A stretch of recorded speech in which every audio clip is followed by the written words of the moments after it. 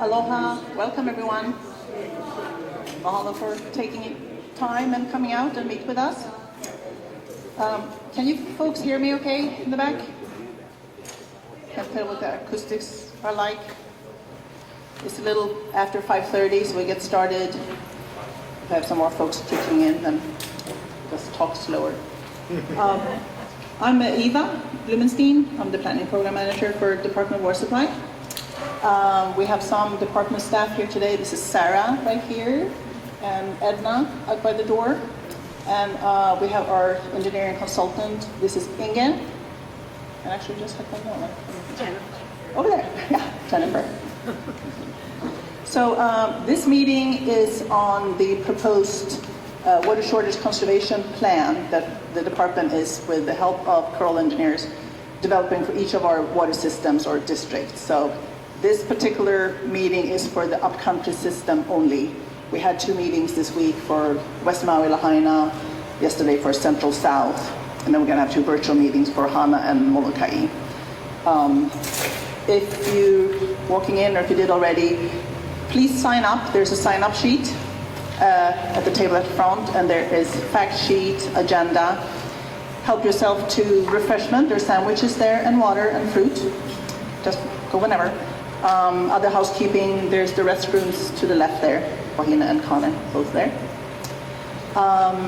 We're going to try to wrap up by 7 o'clock for the agenda, but department staff is going to hang around for a while if you just want to talk story. So.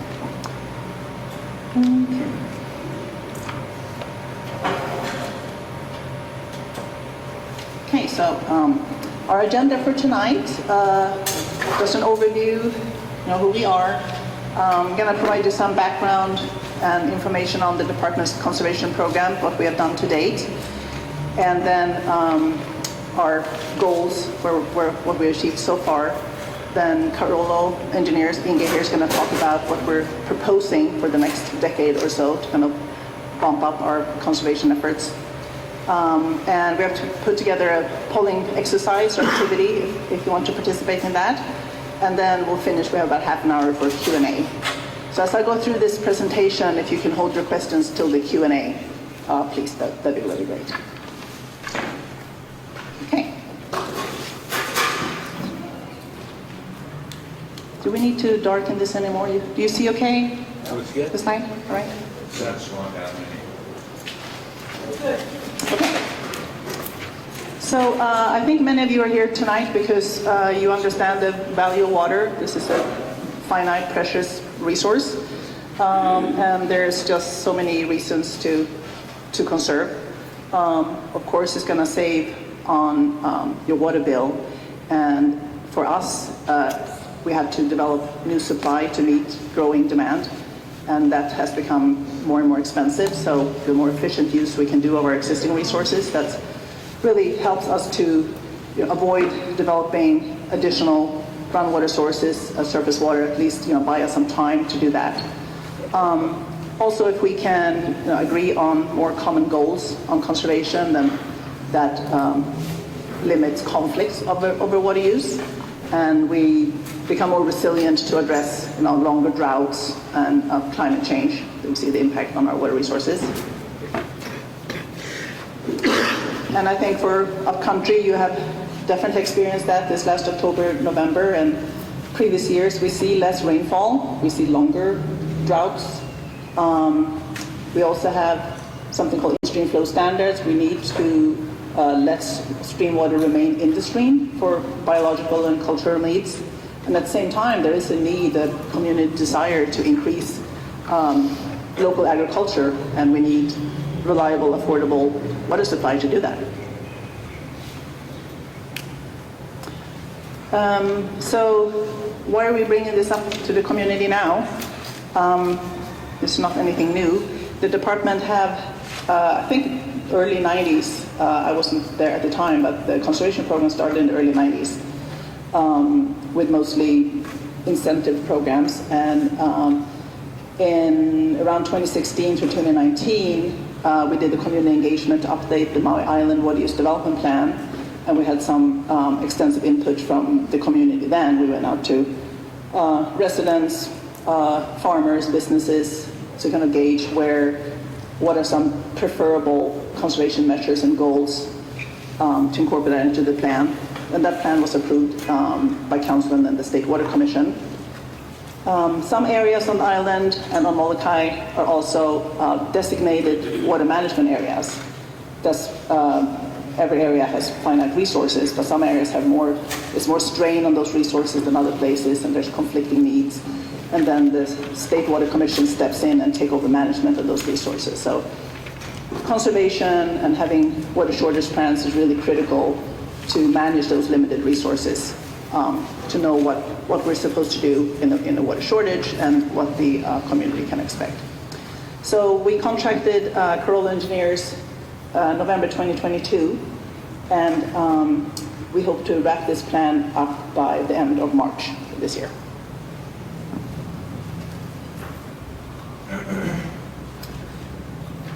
So as I mentioned, we started the conservation programs, going back 25, almost 30 years.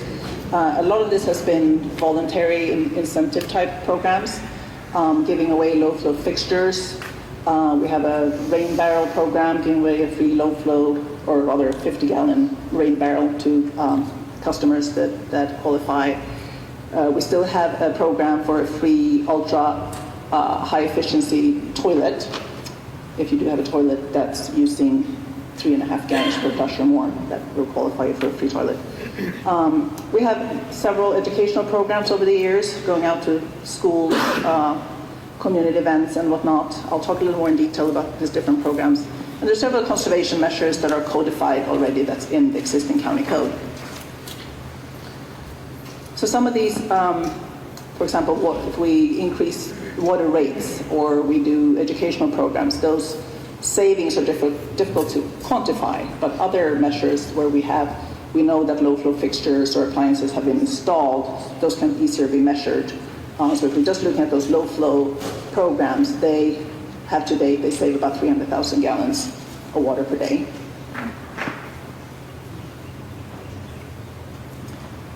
So in the education programs, we worked with various community garden projects over the years. We're actually having a plan for this year, for 2024, with the Maui Botanical Garden to establish a demonstration garden of native plants and xeriscaping, like low flow efficient irrigation system, where the community should be able to go and see what kind of native climate appropriate plants can you grow in the area where you live.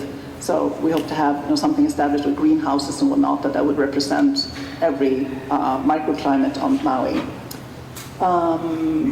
We have, for 12 years, I believe, we've been working with schools, K through 12, engaging students in doing conservation posters and source protection video contests. That's been really popular. And this landscaping guide that provides guidance on xeriscaping and efficient irrigation planting or in landscaping. You can download that on our website. So we've done various media campaigns over the years, radio, newspaper, social media. This kiosk is at the airport luggage claim, so it's targeted to tourism. I don't know why this video is not running. It's working. Is it? It was. Oh, I just don't see it in mine. Okay, I have an old laptop tonight. All right. These are some of the examples of conservation measures in the current county code. There is a restriction on using potable water for new golf courses. There is some limited permission to use greywater use for residential purposes and underground irrigation. What we call the County Water Code, Chapter 14.6. The department is supposed to issue notices to customers for when there's high consumption, which would indicate that there's leaks. Prioritize replacing old water mains, old pipes that break and leak. That's part of the leak detection repair program, and offering this a variety of low flow fixtures. And we are looking, and Inge going to talk about the proposed conservation measures. Some of those would be regulatory, so that would be an amendment to county code. Some examples would be establishing irrigation schedules for customers. So we have not had that in the past, and we would like to get your input on that. Those irrigation schedules for time of the day or number of days per week. Also for new development, upfront design of efficient irrigation systems and what's called EPA water sense is sort of like equivalent to the Energy Star for appliances for energy. This is sort of like a water standard for efficient appliances. So that was on the customer side, right, the demand side. So on the supply side, on the department side, of course, we need to optimize, make sure we're operating the systems as efficiently as possible. We do an annual audit of our water systems and provide those findings, looking at how the water moves in the system. Are there areas that have a high amount of leaks? Are there data that's not accurate? We have a meter replacement program where older meters are being replaced with what we call smart meters, and those smart meters or newer meters, they have a cellular transponder, so they can both be read remotely. They have a higher accuracy, and the customer can opt to sign up for an app called Eye on Water, where you can actually track your water use live. So that's a really good way to track your own water use. We have an ongoing leak detection program, and of course there are other system operations such as reusing flush water and reusing pre-production water. So if we look at to date, going back to 25 years or so, conservation measures have helped and improved efficiency. So looking at how water use per meter or per household have changed, that has declined 25% over these 25 years. While the number of meters and services, of course, have increased as we add more customers on each system. So that's good, but we can do more. So we're going to talk a little about water conservation goals or targets. So I mentioned when we gauged, we had community input when we developed the water use development plan, and we looked at different targets for how much do we think we can save over the next 20 years. We adopted a statewide goal.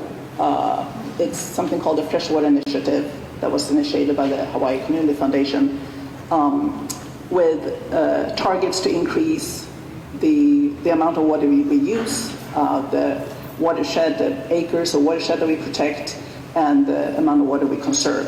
So their target was 8% per capita savings of freshwater supply by year 2030. So we adopted that then in the water use development plan over a 20-year period. And if we projected what would that mean in terms of offsetting the new supply we have to develop, that could offset 9 million gallons a day of new supply by year 2035. So we're revisiting that today. This is a snapshot of department water use at our different districts. So we have 6 separate systems, and they're not connected. And you can tell central system is the largest, of course, the largest number of customers and the highest demand, and it serves North Shore to South Shore. Upcountry, the service area is from Haiku, Holokai Road is like the easternmost boundary, and we serve in all of Haiku, Makawao, Pukulani, Kula, out to Kanaio. And that represents about 19% use compared to the system as a whole. And if we break that down by person or per capita, it differs for different systems. So you can tell Upcountry at 198 gallons per capita per day, so per person.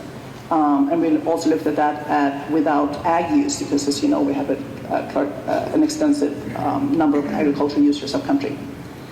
If we look at all systems average, our average is 249 gallons per day per capita.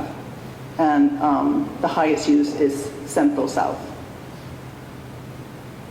And as you can imagine, I mean, there's several factors that impact gallons per day per capita. if you have an area where you have a lot of large irrigated lots and resorts, you're going to have more use over a large area. If you have an area with high density, high-rise buildings, multifamily like Honolulu, you're going to have more efficient water use or lower use per capita.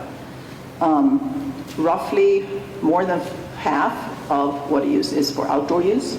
So that says a lot. If you're in an area with high rainfall, you don't irrigate that much, that use per capita is going to be comparatively lower.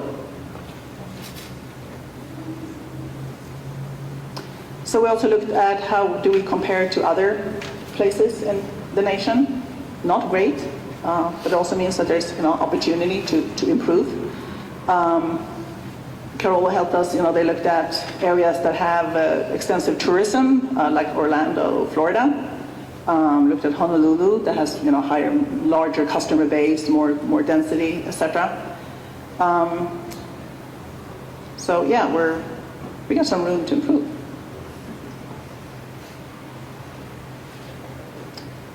If we break down the water use by customers, the end uses, where is all this water going? The largest share of the pie is for single family on Maui. So you can tell this is total consumption, or called billed consumption. You have the production, which is at the source, or at the treatment plant, and then you have some water losses throughout the system, treatment and whatnot. So this is billed consumption total for all our systems, 33.5 million. About 17.5 of that is for single family use. About 1.1 is for agriculture. But as you know, upcountry, there's a lot of agricultural lands that also has a house dwelling on it. So that actually represents some single family use as well.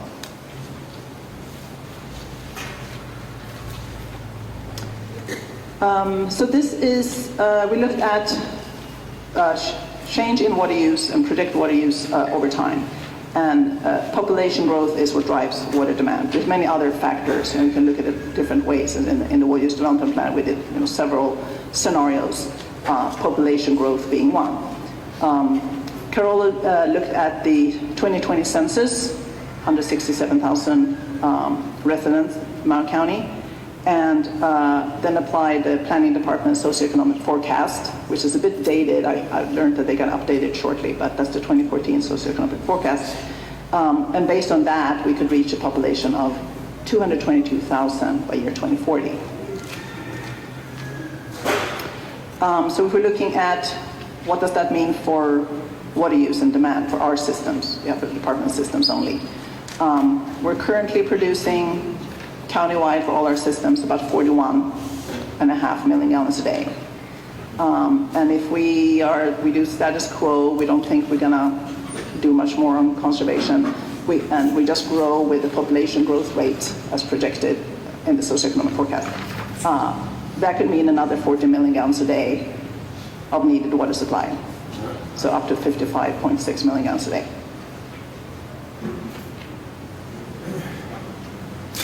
So if we think we can set a pretty aggressive, progressive conservation goal, and we think we can, and we're aiming for 20% by year 2040, and that would be then primarily for the system that had the high use and that had high growth. So for a central system, Upcountry and Lahaina, the goal would be 20%, and for Hana and Molokai, that's relatively a smaller customer base and quite efficient water use already.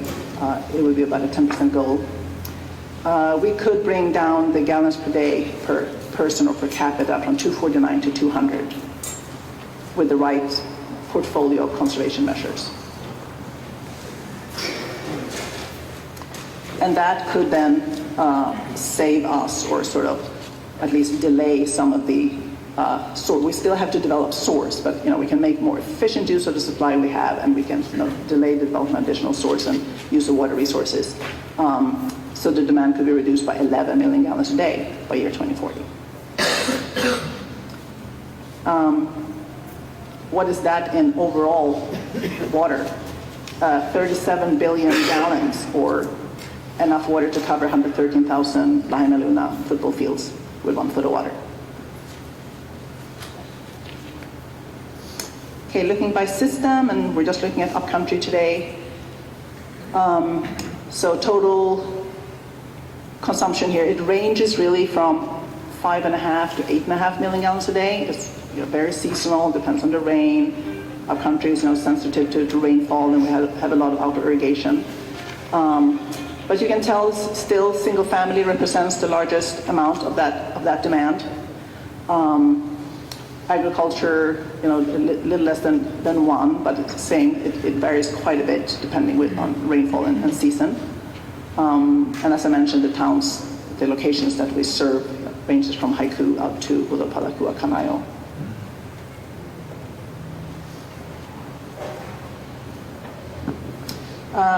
So today, or this is actually a 3-year average, we're using 7.5 million gallons a day, and our per capita use is 198 gallons per day. If we set a 20% conservation goal, we could bring that down to an average of 6.7 million gallons a day, or save 1.5 million gallons of water per day.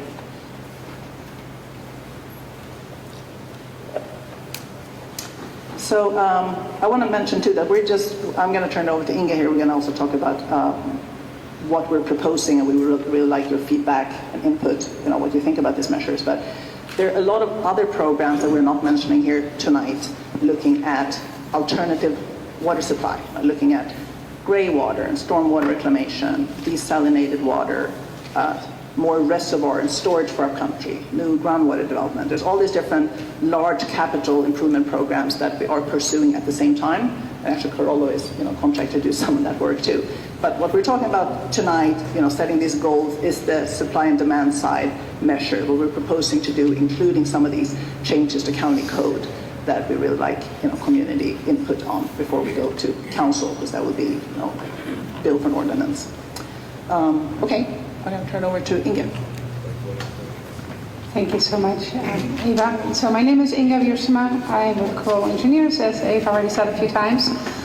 So I'm going to talk about what type of water conservation measures could help together accomplish this goal of 20%. So we like to kind of go over these different measures that fall into these different categories. As you can see here, we have 9 different categories. And underneath, we have 19 different water conservation measures that we're going to talk through.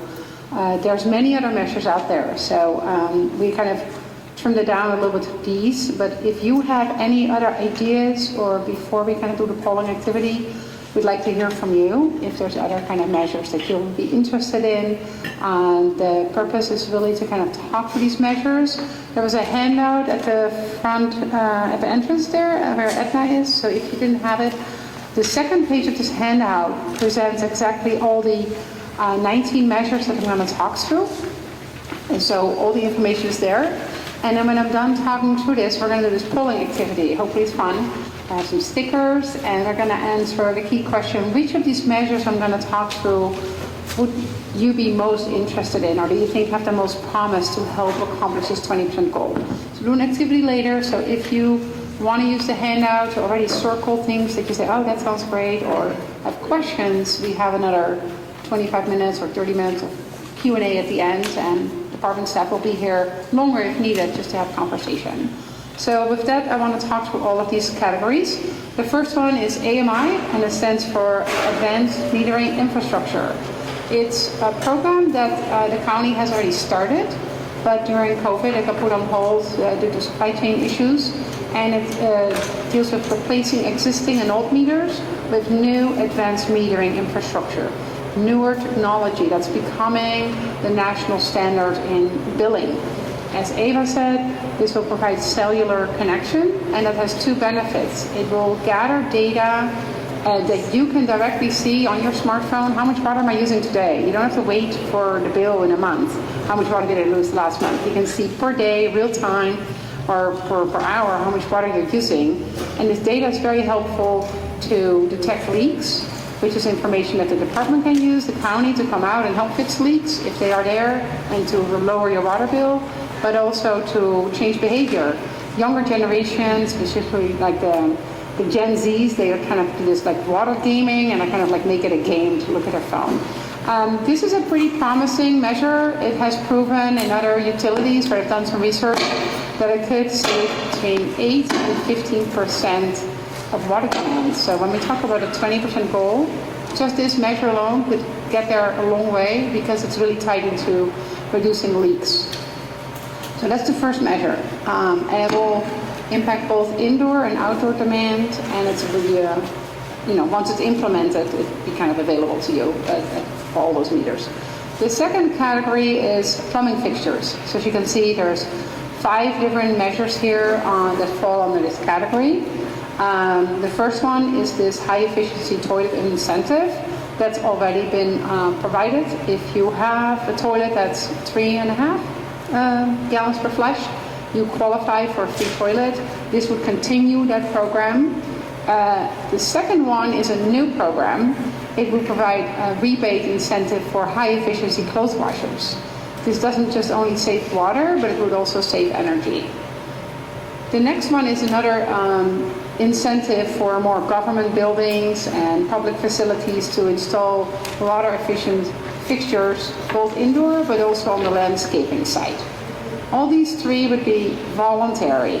The next one would be a mandatory thing if a new development fixture ordinance would be adopted. That would apply not just to county water system customers, but also to all the other water purveyors in the county. So all the ordinance measures I'm going to talk about will be countywide.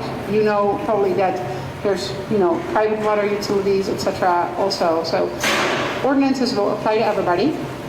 And for new development ordinance, as a lot of the future demand and therefore the new supply needs is tied to growth, this would kind of help make growth more water efficient by already mandating developers to use more efficient fixtures, toilets, shower heads, faucets, and that kind of thing. The last program under this category is low-income plumbing assistance, and it would really help low-income residents to replace inefficient pipes promptly and quickly to also manage their water bills. So the next category is targeting to commercial, institutional, and industrial programs. So in the water conservation world, we call those CII customers. And the first program or measure would be targeted towards hotel and resorts.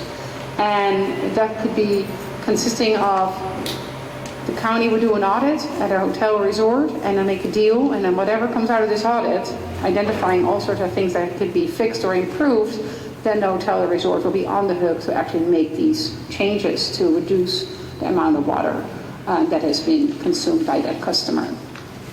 The second measure under this category is focused on laundry facilities and laundromats, providing commercial laundries with a rebate to chasing out old, inefficient clothes washers with newer ones. And those newer ones, they kind of measure the weight of your load and therefore reducing the amount of gallons that they use for a wash, as well as reducing energy.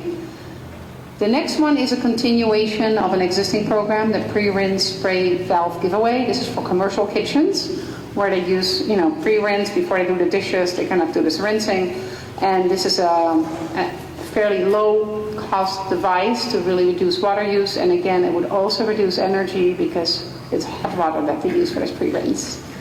And the last measure under this category is cooling tower ordinance. Again, an ordinance applying to all customers in the whole county, not just the county water customers.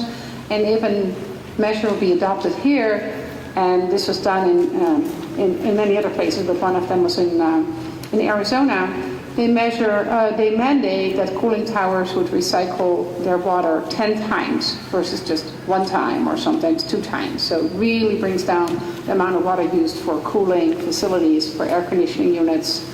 And this could be combined with hotels, resorts, any kind of large buildings that have cooling towers.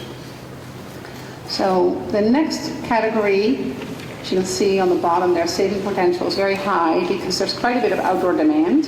So where there's room for improvement is really on the outdoor side. So all of these measures would kind of target the outdoor demand. The first one is irrigation watering schedule. This would be an ordinance, and it could mandate the time of use of watering or the day of use of watering. So for example, this is done in California, Texas, Arizona, and some counties in Nevada, where they say, well, these addresses can water on Monday, Wednesday, Friday, others can water on Tuesday, Thursday, Saturday, and it has proven that it doesn't impact plant life. There's a lot of overwatering. Now, this could be combined with the second measure with smart irrigation controllers.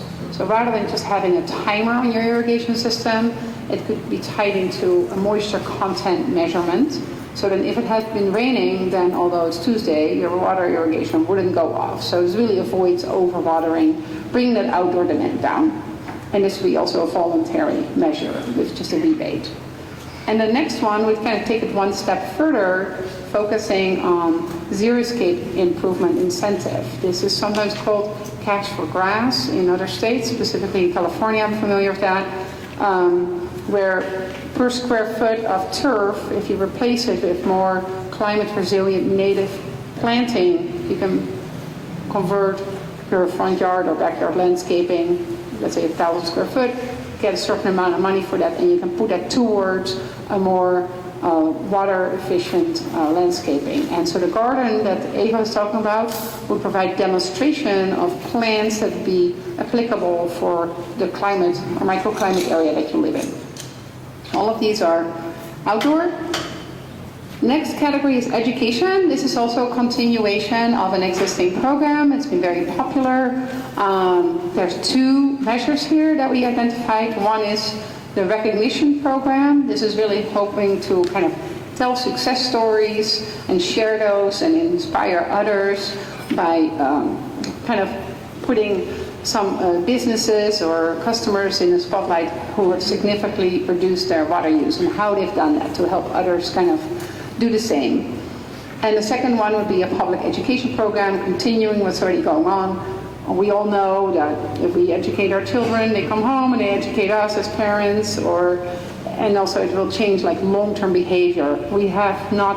It's hard to quantify the benefit in terms of gallons per day saved with these types of measures. So we conservatively gave it only one water drop, but we know that behavior change could be very long-lasting. The next category is called waste, and I'm not meaning your trash, I'm meaning water waste in this case. So this would be an ordinance, again applying to all customers on the island. And there could be a variety of components that could be integrated in this ordinance. So if you have any other ideas that you see here on the screen, I forgot to tell, we have some comment cards too at the front door. So any other ideas, this is just a list of some potential examples of what could be adopted in an ordinance to maybe encourage people to, fix water leaks in a timely fashion, or, require pool covers, or, providing or kind of mandating resorts and hotels to provide the option for guests to choose if they want to have their linens washed every day or not. So it's not a standard thing. Those are just a few examples. If you have any other examples, you can put it on the comment card. Next. Agriculture, we're in Upcountry, so this is the system that has the highest amount of agricultural water use. As Eva said, some of that 10% of the total water use in Upcountry is also for residential, for residents that are having an agricultural meter. But the idea of this measure would be to promote what we call BMPs, best management practices, to reduce water and apply more efficient watering technologies. And it's not just about conserving water, it also helps reduce pollutants enter the water resources. So amount of fertilizers or animal waste, and kind of focusing on those types of BMPs would be part of this measure, mostly focused on outdoor use, of course. The next category is rates. As Eva said, the county already has a tiered rate structure and also has the ability to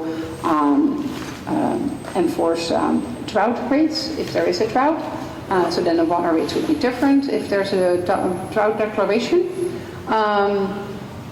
This measure is really focusing on modifying the current tiered structure and reevaluating the thresholds at which amount of water used based on kind of what's a reasonable amount.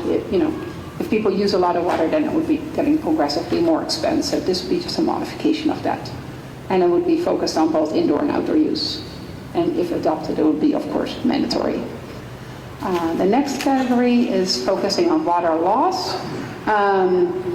This is really to improve programs to find leaks and to repair them and reduce the real water loss. As Eva said, there's an amount of water that's produced from the treatment plant and wells and an amount of water that's billed by the customer. The difference between that, there's always a difference, there's always some water loss, but it's really focusing on bringing that amount down. And so that very first measure I talked about, the AMI, the Advanced Metering Infrastructure, is really helping hand in hand with this measure by detecting leaks quickly. There's quite significant water savings potential in this one. And so that's my long list, 19 measures, a lot to digest. So what we'd like to do, as I said, if there's any additional ideas, we have comment cards and we have a Q&A session. But what we have prepared to kind of get you guys out of the chair if you want to participate, kind of hear from you which of these measures I just talked through would you think are great for the department to implement or that you have an interest in. So I have sticker cards with these water drop stickers. Everybody gets 4 stickers, and we're going to hand those out in a minute.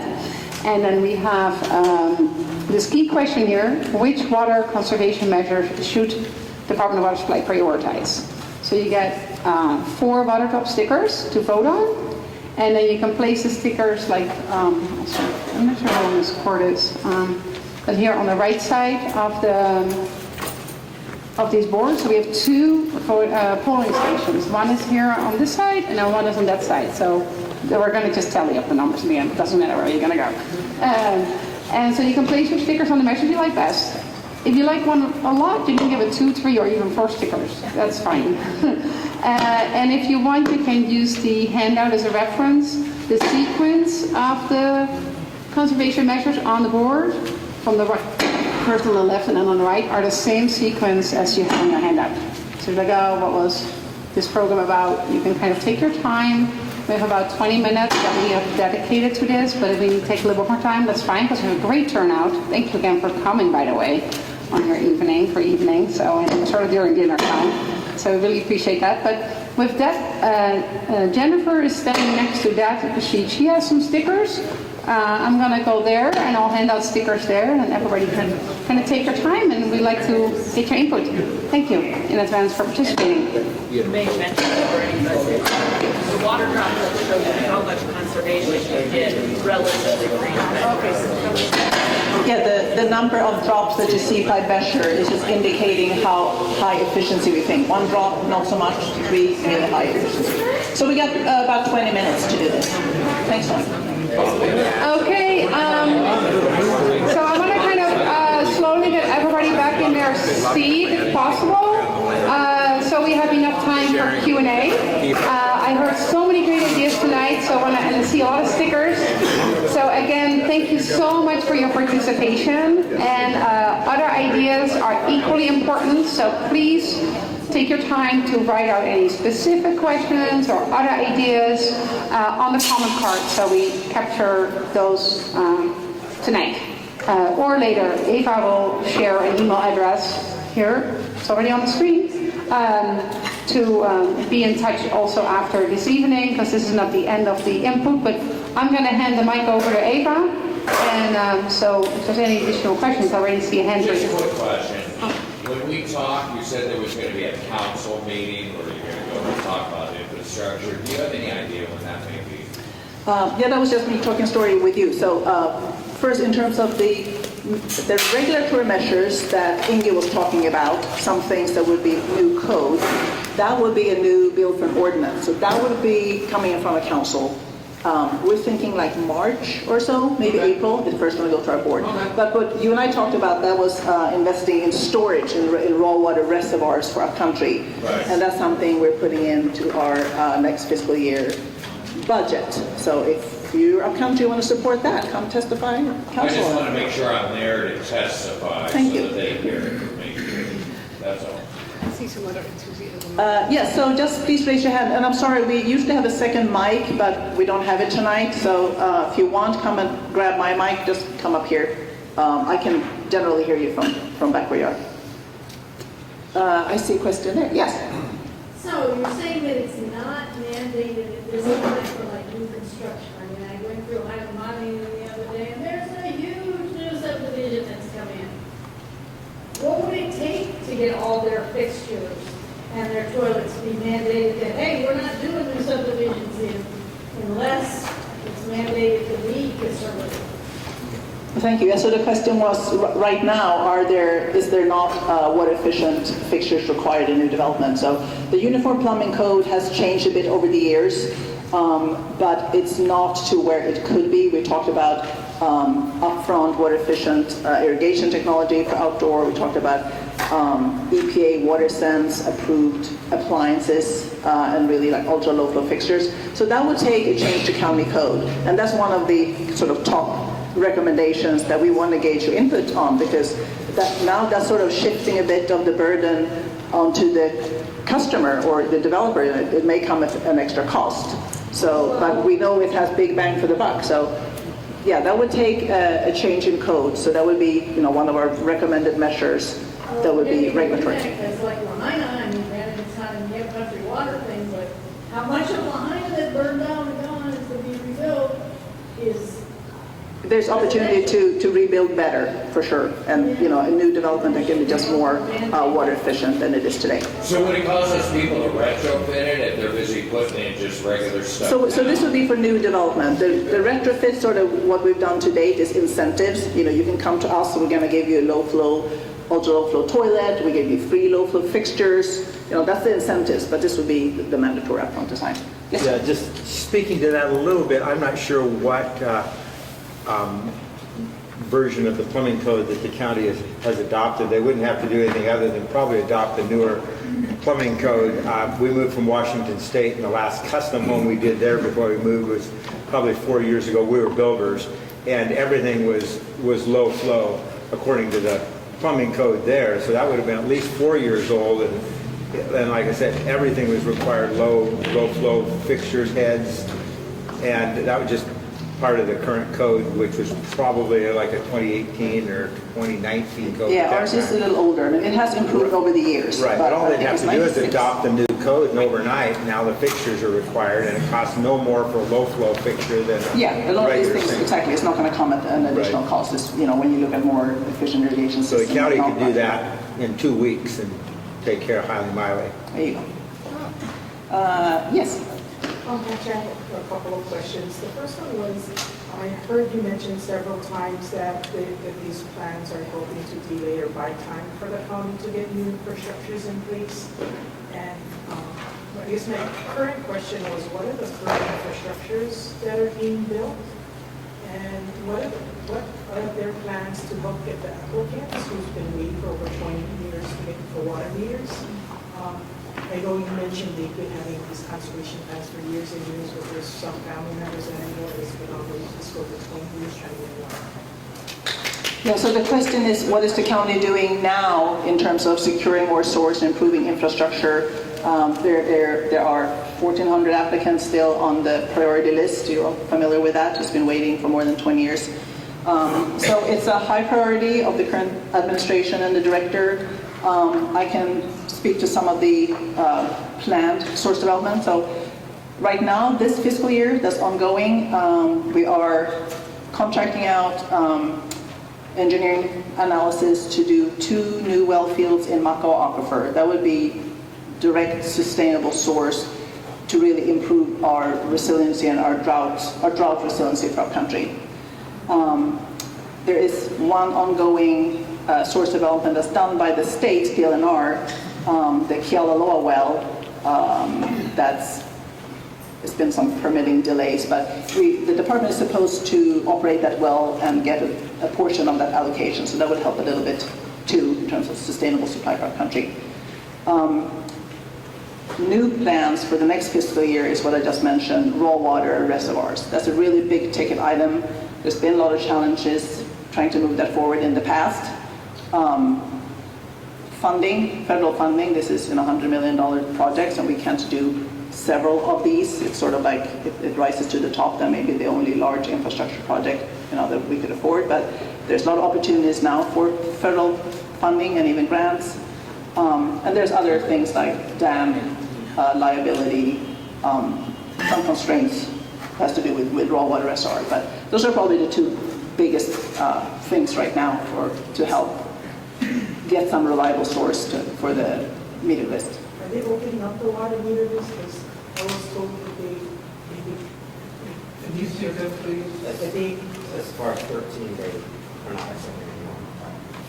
I'm sorry, can you repeat that? As far as 2013, you guys are not accepting any more applicants on the Yeah, so the meter list, the question was, is it going to be open up again for new applicants? I'm sorry, my question was, for the current applicants that are on the list, we've been told that we gave a few water meters in the past year, like 4. When are they going to open it up again? So, Water meters. yeah, so the question is, we heard that there's just been a very few meters issued, processed and issued in the past, like 4 meters in 1 year, and it's not going to open up.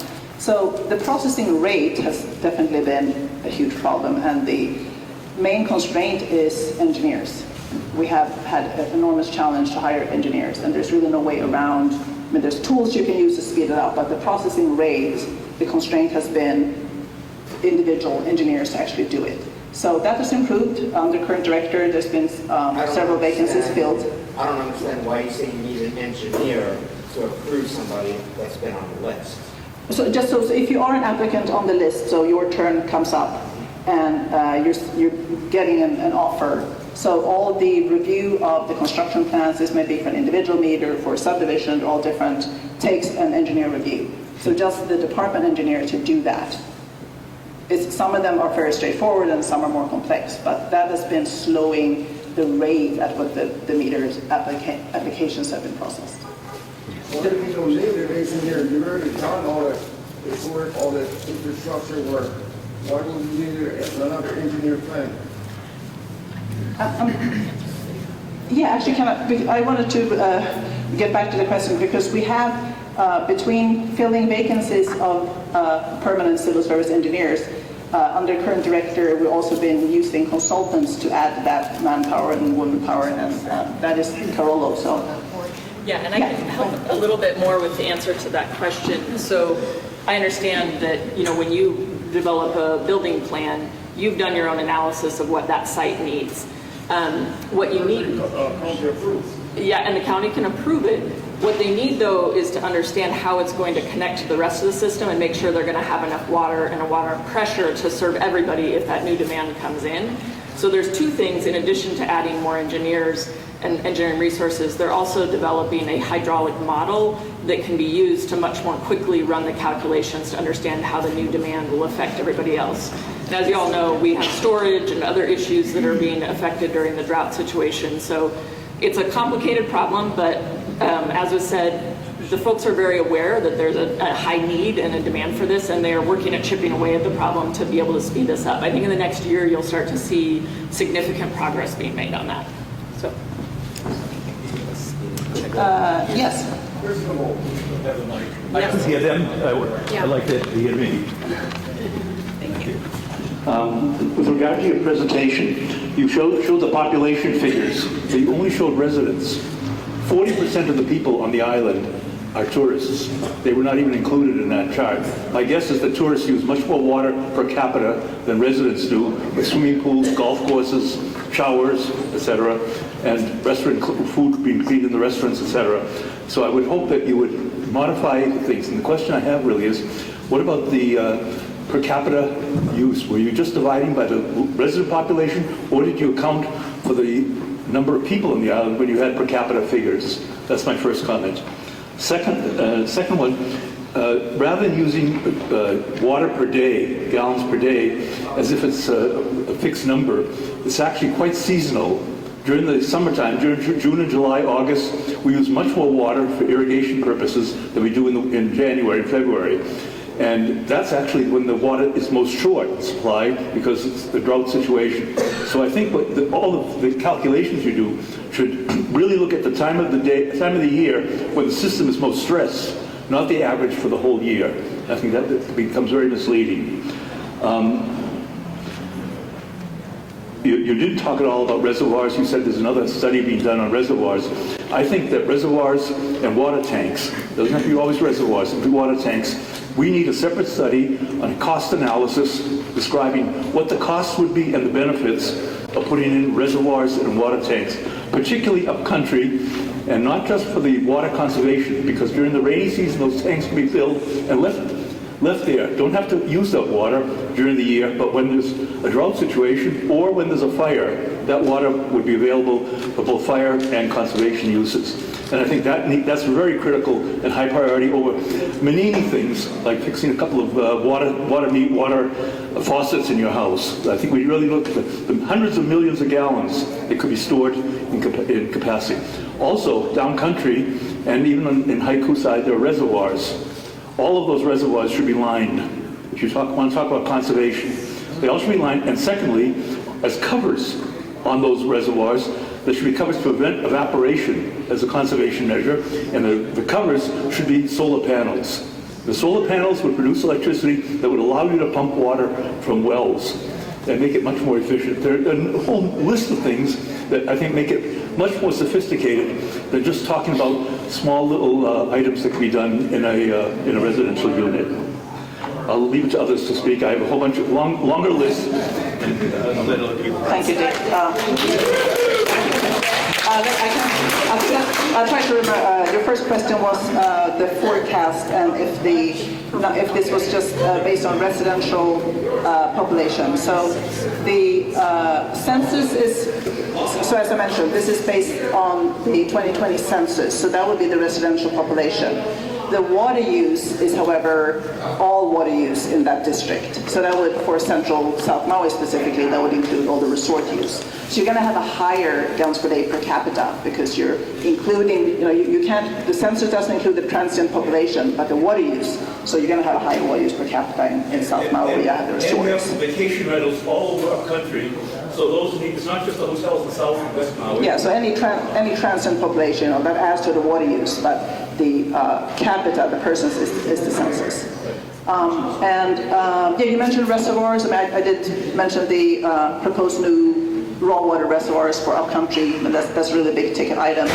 You had a question about, or comment about studies to look at additional storage for Upcountry, and there is an ongoing feasibility study by another consultant looking at kind of optimizing what are the best new source development to meet demand, both on Upcountry and the central system. So that includes looking at improving and optimizing the supply we have, adding raw water, surface water reservoir, looking at basal wells, etc. So that's something that we complete about a year from now. But we're not waiting for those finished studies. We're pursuing this raw water reservoir and the well development because time is of the essence. So thanks so much for your comments, Dave. There was one more comment also. Thank you for your comments. On the difference between representing everything in average, MGD, and your maybe comment about the seasonality. So for presentation purposes, we try to kind of keep it simple. The report will talk about seasonal demand fluctuation, and you're exactly right. In summer months, it's of course higher, and also seasonal supply variation. So the biggest delta and the biggest crisis is of course when the demand is the highest and the flow is the lowest. So that is going to be included in the report, and so I just want to kind of address that because it's a great catch. It's just for presentation purposes. You didn't want to overwhelm everybody with too much information, but it's a good point. Thank you. Yes. Can I speak? Let me just ask this question. You showed the map and talking about our water. Where does Maui Pono's water come from? Is that part of our system? Are they separate from us? Do they have leftover water we could use? The question is, what's the source for the water that Mahi Pono uses? Is there leftover supply for the department. Well, Maui Pono, the source of that is the Maui irrigation system that comes all the way from Makapipi Stream east. And the water that we use for the Upcountry system, it's all sourced from several of those streams, but we use a portion of the Wailoa ditch, the infrastructure that's owned by EMI Maui Pono. We treat that at the Kamole water treatment facility near Haile Maili, and that serves large portions of Makoao, some portions of Haiku, and we can even boost that water all the way up to Upper Kula when we're in drought. That surface water, the ditch flow varies hundreds of percent from day to day. It's very flashy. So when there's we call medium flow, we're not in a drought, there's plenty of water for everyone. When we're in drought, it's not enough for all of us needs. So it really depends. So that's when the reservoirs come in, and that can extend at least 20 days or so where we can use, when the ditch is running high, we can capture some of that and use it during droughty days. Yes? Thank you. I have 2 or 3 comments and questions. First one about kind of address the issue of tiered rate structure modifications. So my family's been, getting water from the Department of Water Supply Upcountry for about 55 years. And I've really noticed in the last, I don't know exactly, I probably don't know that much, but in the last 5 to 6 years with the tiered rates, not sure how long it's been since they were actually implemented, but it's been a huge increase in the cost of domestic water, depending on your usage. And so it seems like an extremely effective way to manage and encourage efficient use of water post-meter. So in that sense, if one agrees with that, I would perhaps propose that on this chart of water drops and priorities, to only give it a single drop is perhaps understating the impact that market solution has for water efficiency. So just that was one comment I wanted to make. I think it's an alternative we have. The department doesn't need to do anything. The county council doesn't need to do anything. I know it's difficult to get rates raised, and that's a whole different discussion, but that mechanism. So that was just one comment. A concern, just personal, and it has to do with basically the first one, the EMI, the smart meters. Okay, I have a smart meter, and so I question either this generation of smart meters or subsequent generations of smart meters. I didn't realize that cell service could actually, you had apps that could actually access it. Will there be, or is there now, the possibility that the Department of Water Supply could cut off my water without me knowing? Did you guys hear the question is on this, the smart meters where you can sign up for ion water, you can track your real-time water use. Is there a risk that the department could, by mistake, turn off water service? Or intentionally, because of non-payment of bill or overuse of water in the future if an ordinance is passed and everybody's got smart meters now. Is it anticipated because the technology is just, exploding? So I mean, the smart meter doesn't change the fact that the department can remove a water meter for sort of as a penalty. That's already in the code for certain things.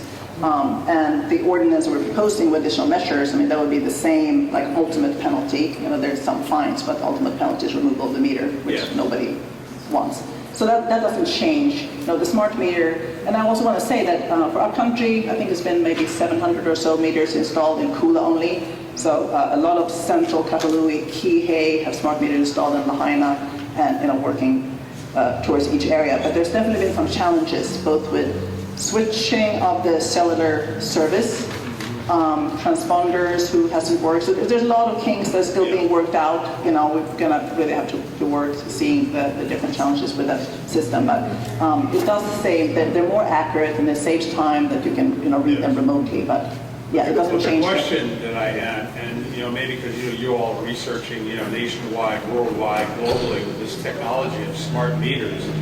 I guess the question is it anticipated that, with an algorithm, the meter gets shut off for whatever reason? Is that technology either possible now, or is it to be anticipated in the future? The AMI is taking kind of a lot of utilities are implementing it. From the ones that I know, I've never heard of that. That would be kind of used as a data to kind of trigger. It would really, the reason to shut off a meter or to take a meter out would be defined by the county code. So if the county has more information available, the triggers on whether that would remove a meter or not are not changing. So I've never seen or heard of a utility that would do that. Now, I do not know all the utilities in the United States. I think there are 45,000. But yeah, that's, I understand the concern. I haven't heard it before, so thank you for voicing that concern. And I think getting back to your other comments on the 1 or the 2 water drop for rates and impacts of rates on total water use, you're right on. It's very difficult to quantify. There's no good studies out there yet that really correlate that relationship between rate changes and water use. As Eva said, if you say, hey, we're going to install so many toilets, you can say, well, on average, there's so many flushes and we're saving so many gallons. Those things are mathematically easy to calculate, but impact of education programs or water rates, there's so many variables on how sensitive is the demographic population to water bills. I've worked for customers where people don't even look at their own water bills, the assistant pay the water bills. So some people don't care, and some people care a lot. And so it's really hard to quantify, but I think you're right on. Like, of course, that feedback mechanism on what is the cost at the end of the month for my water, and therefore also sewer in a lot of places, that is a good feedback mechanism. So for a few of those measures, we gave it conservatively 1 drop, same for education, but it could be substantially higher. It's just hard to really quantify. Yeah, I would just suggest to consider maybe increasing it as a potential water efficiency, because that's the purpose of this whole thing, is water efficiency. And then the last thing, and I'll shut up, and it's got to do with Waihuli Keokea, Wine Homes. And from my understanding, that the project out there, which is everybody's in support of it, but I think the projections that I'm seeing are an addition of something like 15 to 1,800 new homes out there. It has that forecast, which is public, through the East Maui proceedings with, EMI. Has that been factored into the calculations of the projections here that the forecasts that we're looking at? So these projections that were developed by Carollo for this project, so we have multiple projects going on, starting from the Voyage Development Plan, and then you have some infrastructure. We're kind of revisiting supply and demand projections and trends regularly.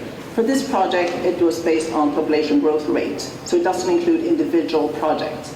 So when the planning department look at in their socioeconomic forecast, that is housing, jobs, etc., but not specific projects. So in my opinion, I don't think that demand is accounted for in natural population growth. Maybe they had a request for 9.8 million gallons a day, I think it is, for the Keokea. So, that's kind of like a big chunk. Yes. That's not really part of the natural population growth. What about when we all get our meters? I'm sorry? What about when we finally get our meters? That's 1,400 at least. Yeah, so and that's tricky because Upcountry doesn't have, a natural population growth. It's kind of been constrained because there hasn't been available source. So I think that's going to be more in spurts, as we get help and we, increasing the rate of meters are processed. And we also never know, typically about 50% have been accepted and 50% are just not taken, for various reasons. So that's also, it's not like a linear growth that has to do with the community plan area population. It's going to vary, and we have to look at that regularly and adjust, obviously. I had a related question, if I may, okay, last one. to Waihuli Keokea. First of all, I want to commend the department for hiring outside contracting engineers to help process Upcountry water meter list that was asked about. The Keokea, the Kelaloa well. Okay, so my understanding of the Kelaloa, and it's related to DHHL and to the county, it's a new source of water. It's been drilled, tested, and as I understand it, it has a capacity of 700 or 800,000 gallons per day production. and that it's basically in the process of getting electrical there, and basically getting ready to bring it online. And there's some question, the state's funding it, and I guess the original intention of the well was to basically pay back the water department for, the water that the state's used at King Kekoliki High School and other things. But now I'm hearing that actually a good portion of that water could actually be allocated to Waihula-Keokea. So I'm just wondering, for us, who are on the water meter list, is there any, and this may be out of the scope of this discussion, but is there any idea of how much additional source the Kealoloa well is going to bring online to the Department of Water Supply's system? Yeah, no, I don't have, and it has changed. It was developed to support state projects, which it could include DHL, but there isn't a source agreement in place that provides some allocation or a timeline, so I don't have that. Well, my understanding was that the well was going to be turned over to the Department of Water Supply. Yeah, it will be operated by the department. But what that source agreement looks like in terms of credits and whatnot is, to my knowledge, I see. It's not in place yet. Is that information available somewhere? I don't think it is done yet. I see. Okay, thank you very much. Thank you. In the back there, you've been holding your hand for quite a while. Hi, how are you? Just real quick, the engineers that you're looking for, are you able to independently contract with engineers? Because it seems like if the inability to hire people is holding people up from getting water meters, that is kind of an unacceptable, potentially easily solvable problem. That's not my question, but are you able to independently contract engineers? Yes, yeah, so that is what we've done now. In the past, actually, there's been a contract with another engineering firm to do that. That's not my question. This is a little out of left field, but Dick Meyer stole my comment about the solar cover panels covering the reservoirs for evaporation, because it's a great idea. And then I'm sure the very next thing is, well, we can't pay for that, so it's not going to happen because that's a massive capital outlay. I was just wondering if it's ever been discussed. I guess there's an ordinance passed in 2018, Maui County Code for CFPs, community facilities, CFD Community Facilities District, where essentially it's never been used, it's never been utilized in Maui before, but landowners, let's say there allegedly are landowners in our midst on the island here who would like to donate $100 million to causes or something, can establish and levy a property tax on themselves and create a special tax district for them or in a certain non-contiguous homes, and that money can specifically go towards county capital infrastructure improvement. So if you're looking for grants and funding sources and going, well, we can't do this stuff because it costs too much money, there is an ordinance that you can essentially have people who maybe want to tax themselves more for the greater benefit of the community. I don't know if that's ever been explored. I started reading into it more. It's kind of fascinating. So, Thank you for that. These ideas of things like solar panels covering reservoirs, maybe look into things that are too expensive, but maybe someone wants to fund that. So. Yeah, thank you for that. And I want to say that there are more grant and federal fund opportunities than before. So we are aggressively pursuing it, and we have gotten some federal grant funds for some West Maui source development programs. So that's definitely on our radar. Council member. So I just want everybody to know that as you were talking, one of the first questions that came up was about the Ainimaini project, whether it used smart fixtures. And so I texted the developer and he said yes, they are. So your question. Another question that came up was processing. I don't know if it's your plumbing code or I didn't catch what law that you think you were going to pass it to the council in March or April for passage. And I just want the community to know that per charter, March 25th, the council gets the mayor's budget, and we work on it for about 6 months, and we put aside everything else because we have deadlines to meet for the June 30th fiscal year, ending, July 1st beginning. So I don't want you to think that you're going to hear from the water department in March or April, for sure not, because we're going to be working on budgets. I'm not sure what, thank you for that. Policy the sort of tentative timeline has been maybe bring this bill with your input now, right? Because we're finalizing the plan first to our board. We have an advisory board for their review, and we're actually bringing it to the State Water Commission for their feedback. And if it looks like this code amendments is what flows to the top, then we will submit the bill for an ordinance. So the earliest we would could do it to council would be in March. So yeah, of course, thank you for clarifying that. It would probably not be looked at until June, but this could be, April or And something. then the other thing that Yes. you may all know, my last one, is that we have Hawaiian homelands in our community, Upcountry, and by state constitution, if they develop a project and they want water, they get it before any of us, unless if you're Hawaiian and living in Hawaiian homelands. I mean, they get first right. They just go to the water department, they get their permits and whatever. They're preferred. I don't know how else you would say it, but just so you understand. I could add to that. Not only is that, are they preferred by state law, Maui County Plan for Upcountry says first priority goes to Hawaiian homelands for water before, and agriculture. Those are the two highest priorities, the Upcountry Community Plan. Thank you for that. I just want to say that we are at 7 o'clock and we're happy to stay on and talk story. I just don't want to hold if you have other obligations. So we're just going to continue, take questions, talk story, for not unlimited time, but if you want to. I just had one more comment, and it had to do with Dick's thing about, we talked about reservoirs. And instead of putting solar panels, which cost tons of money, to put a PV system over it, I watched them down in LA. What they do is they bring in gigantic trucks and they dump all these round black balls and they float. And what they do is they keep birds from landing on it, they keep evaporation from happening, and literally the reservoirs are just covered with all these black balls that are about baseball size. So that's one thing right there. And that also, you're going to chlorinate the water anyway, so it helps keep algae down.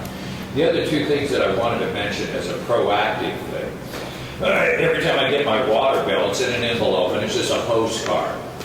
It would be to your guys' benefit to put a little flyer in there and let residents know. I mean, we all know when there's water shortages because we get like, oh, there's a water mandatory, reduction by 10%, whatever. But we need to start letting residents here know that you guys are being proactive enough to, you put a leaflet in there, and something about rainwater catchment. You said you had barrels. Now, I've got one of those 275-gallon big white things that have the metal cage around it. And if you go down to Home Depot and you try to buy a brand new one, they cost about $600, which is a big price. But I personally I don't have a gutter all the way around my house, but the part that I do, that water runs into the catchment. Now, if you can make it active for people to know, hey, look, we're supplying rainwater catchment for you at a nominal cost, it's going to help people conserve on their end. So I think you guys should be a little proactive by putting a flyer in each bill and letting people know about these low flush toilets, DMIs that you got, so on and so on. Education is the key, and unless the people don't know, people aren't necessarily reading the paper, turning on the TV, so you got to open your bill and pay it. So hopefully, just like Maui Electric puts a little flyer in there, you guys can do the same thing. And I think you should really make catchment systems, small catchment systems for each home, and suggest to people that instead of letting their water run off down their gutters just onto their lawn, that they should actually put like the irrigation pipe that I have that goes into the catchment. That way, when it's the dry months, I got the thing elevated so it has proper flow, and I can water my plants in my yard, etc., instead of turning the faucet on. So proactiveness on your part and education, I think, is really important. Thank you. Yes. That's all. Sir. Just wanted to add to his. I live right up the street here, Le'ilani Street. Lived there for over 50 years, and I do the same thing. All my catchment goes into, and I grow. I've got bananas, mangoes, citrus, avocados, breadfruit. I would say that between what I catch off my roof and 90% of what goes through my heater is food. And yet you look at the chart you put up, and all you show is home use. You don't have any way to break down at home use how much of that really is food production. The other thing is that I've talked to my neighbors up there. Is there a way, or can we maybe put together a little co-op up here maybe my street, Iolani and Alalani and Ehelani, maybe we'll put together a co-op and come to the county and say, we're going to put together maybe some money, and we'll put together a 10 million gallon storage tank on the county system. Would you let us do that? I have no idea what kind of response that would be. I'm a licensed civil engineer. I could draw it up and stamp it and have it approved in a minute. So I just wanted to throw out that idea. Thank you. also. Yeah, I guess I would say thank you. County already has an ordinance that allows that. Civic improvement districts, established by community or neighborhood or whatever. So the mechanism is there to do those kinds of things. Yes.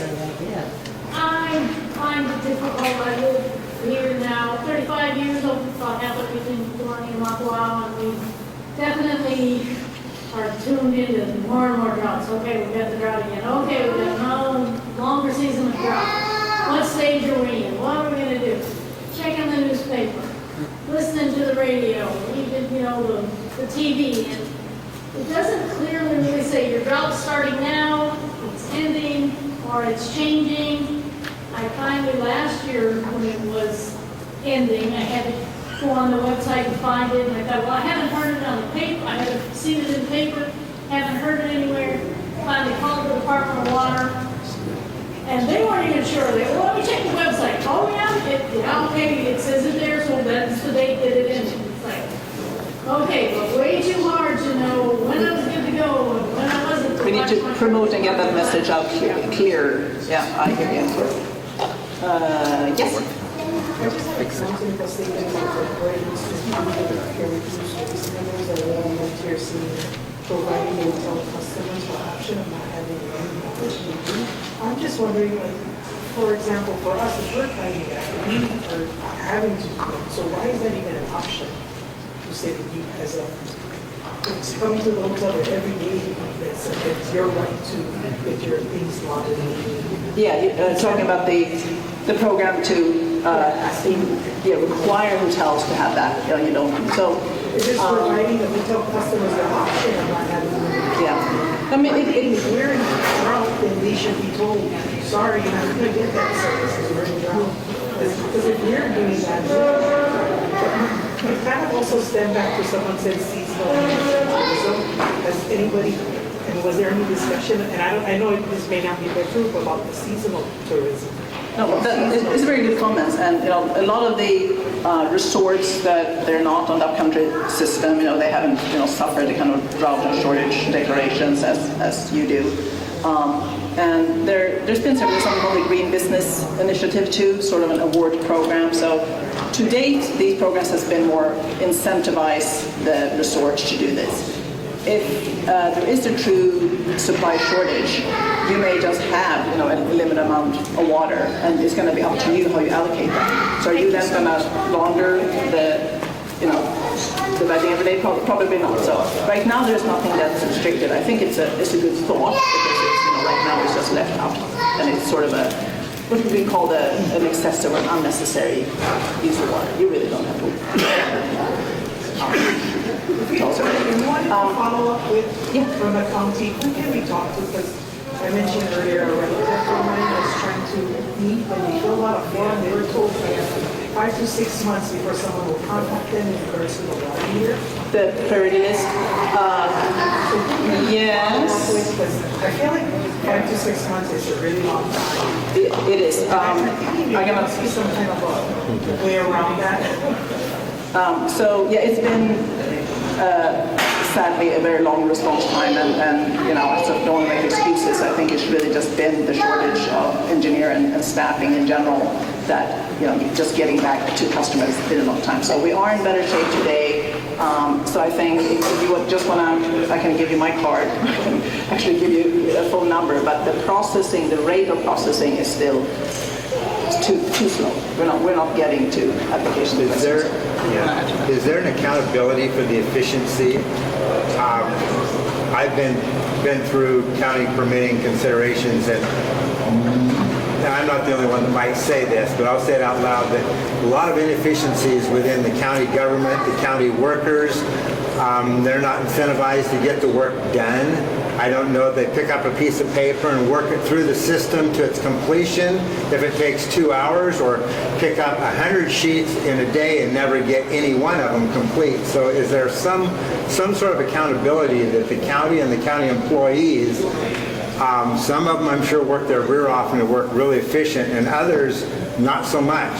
It's Yeah, I can just address this off topic, but yeah, I mean, there's something called, performance measures and performance valuations. So I am not the boss, but I do hold, my staff responsible and accountable to be productive. So I hope it's not true what you're saying, that they're shuffling around papers hours. As I see folks trickling out, I just really want to mahalo everyone that came tonight, took the time. I know there's, other things, more fun things to do. So appreciate your time so much.